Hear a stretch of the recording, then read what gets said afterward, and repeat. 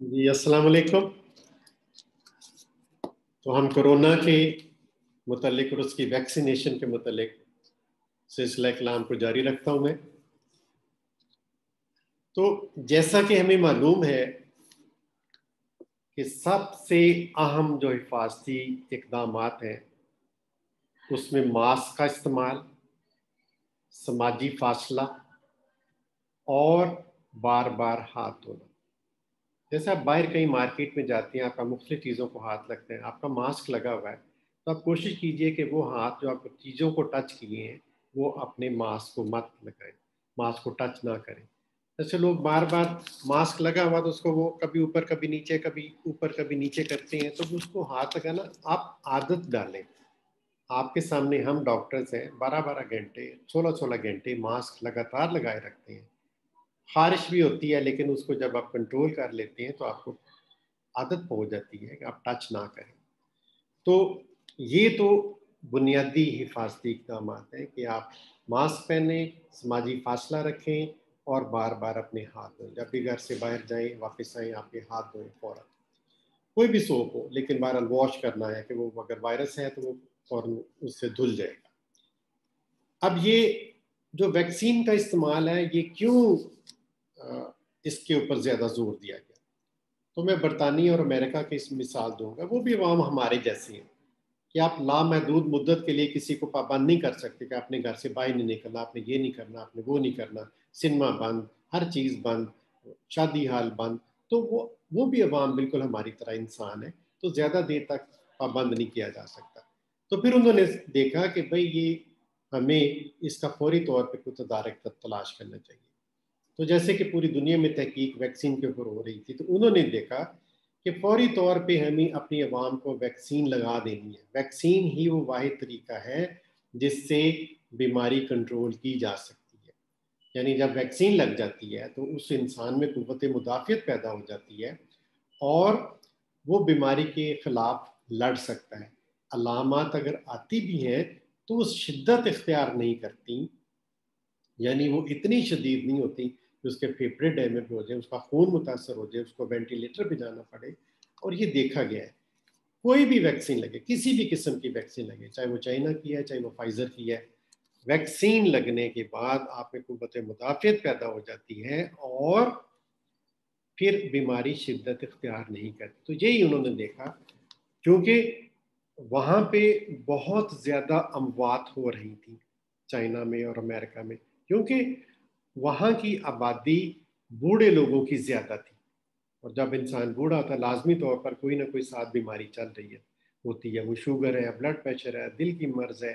तो उन अफराद में जिनमें साथ कोई ना कोई और बीमारी है, शुगर, ब्लड प्रेशर, गुर्दे या ऐसा कोई मर्ज है, उनमें ये बीमारी बहुत ज़्यादा शिद्दत इख्तियार करती है या जानलेवा साबित होती है।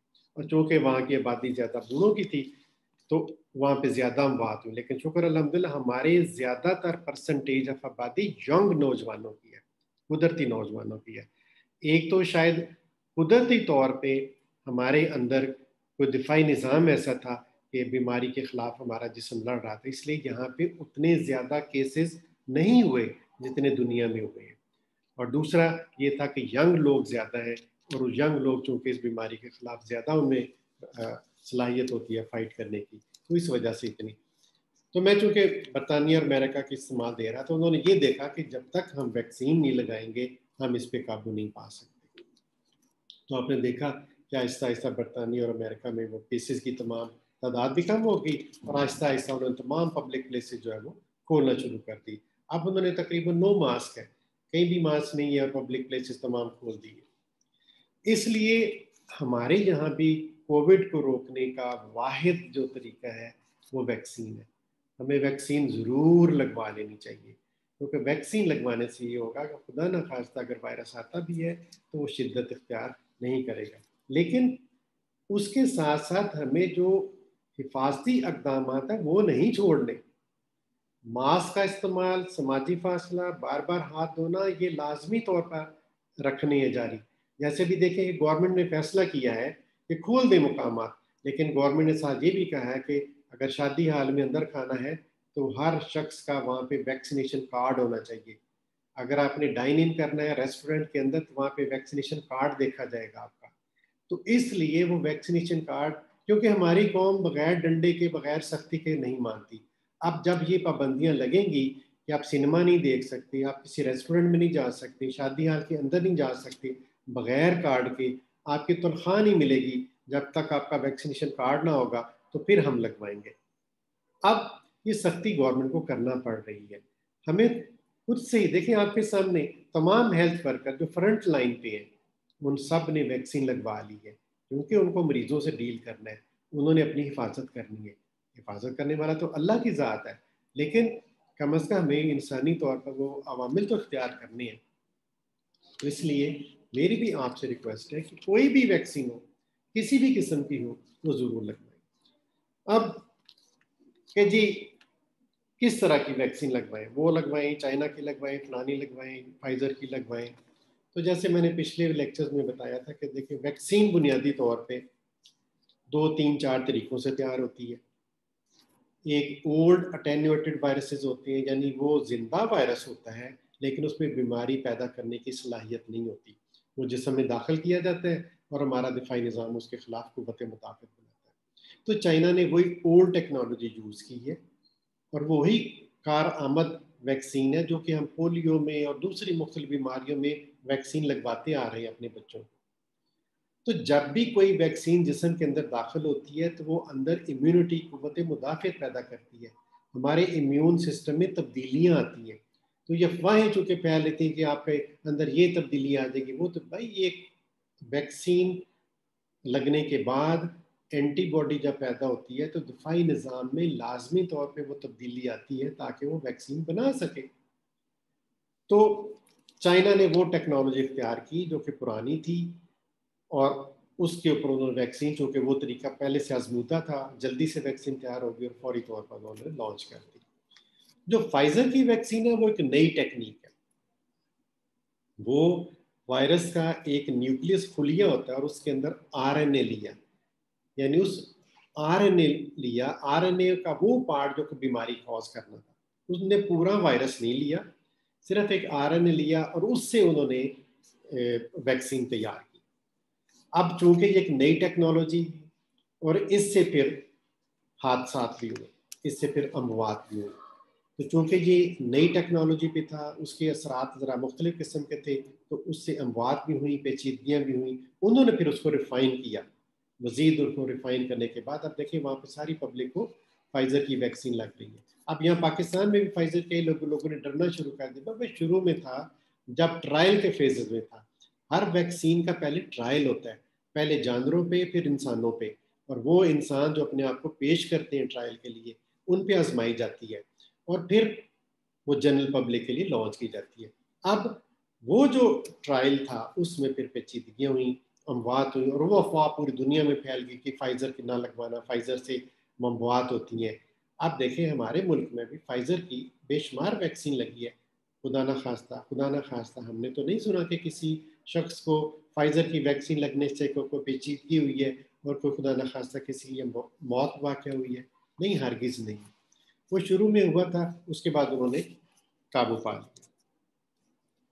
तो चाइना की वैक्सीन ये नहीं तो सस्ती है, कोई ये गैर आम है, नहीं, ये बिल्कुल वैसी फार्मूला, सादा फार्मूला है जो कि हम बचपन से वैक्सीन पोलियो, मीजल्स, मम्स, कन पेड़े और ये खसरे की लगती थी, वही तरीका है। और पूरे वायरस को वो बेसिकली अनअटेन्यूएट कर देते हैं, यानी इनएक्टिव कर देते हैं कि वो बीमारी पैदा करने के काबिल नहीं रहता और वो हमारे जिस्म में दाखिल किया जाता है और हमारा जिस्म उसके खिलाफ फिर कुव्वत मुदाफ़त बनाता है। अब जो फाइजर की टेक्निक है, जैसे मैंने बताया कि वो आरएनए को लेके बनाते हैं और आरएनए एक नई टेक्नोलॉजी थी और इस वजह से उससे पेचीदगियाँ पैदा। अब ये कहना गलत है कि वैक्सीन से कोरोना हो सकता है, ठीक है ना, ये भी है, हरगिज़ नहीं।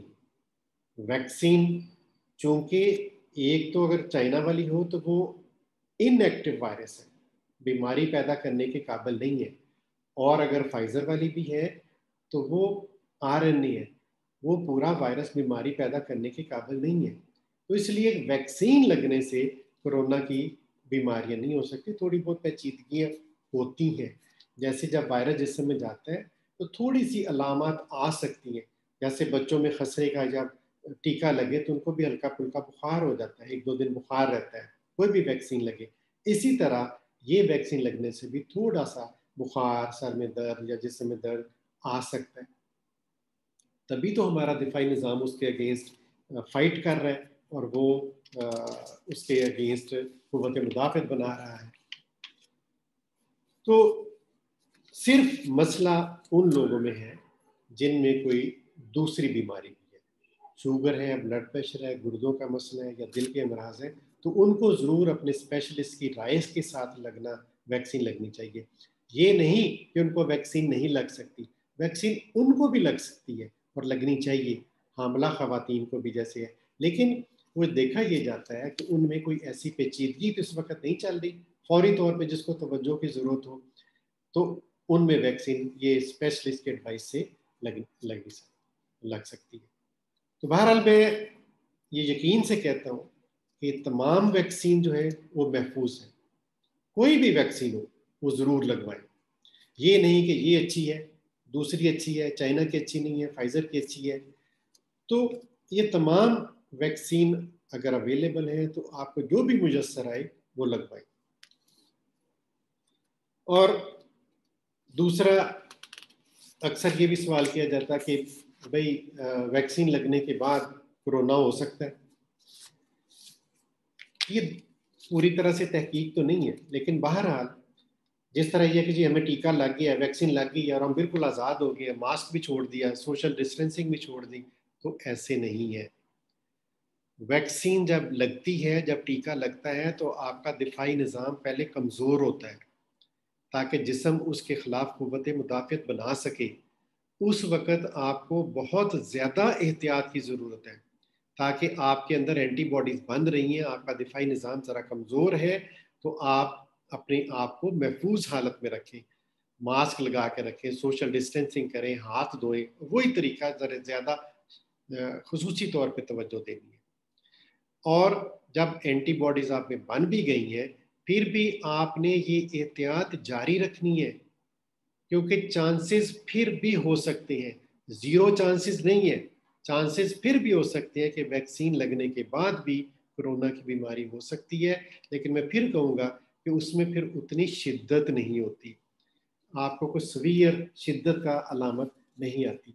तो इसलिए मैं फिर आपसे रिक्वेस्ट करूँगा, वैक्सीन कोई भी मुहैया हो तो ज़रूर लगवाएं। ये मैंने कोरोना के बारे में जो 2-4 वीडियोस का लेक्चर शुरू किए हैं, अगर आपको पसंद है तो उसको ज़रूर लाइक कीजिए, चैनल पे देखिए, वहाँ पे कमेंट करें, और अगर आपका कोई भी क्वेश्चन हो तो कमेंट बॉक्स में क्वेश्चन लिखें और मैं उसका इंशाल्लाह ज़रूर जवाब देने की कोशिश करूँगा। ये दूसरों तक भी पहुँचाएं। जैसे ये मैं एक अल्लाह की ड्यूटी समझते होते, एक खिदमत खल्क का ज़रिया समझते हुए, एक सदका जारिया समझते होते मैं ये काविश कर रहा हूँ। अल्लाह ताला इसको कबूल फरमाए। और इसी तरह जब आप दूसरों के साथ शेयर करेंगे, उनको भी अगर फ़ायदा होगा तो आप भी इस काविश का हिस्सा बनेंगे। जज़ाकल्लाह खैर, अपना ख्याल रखिएगा। अस्सलाम वालेकुम।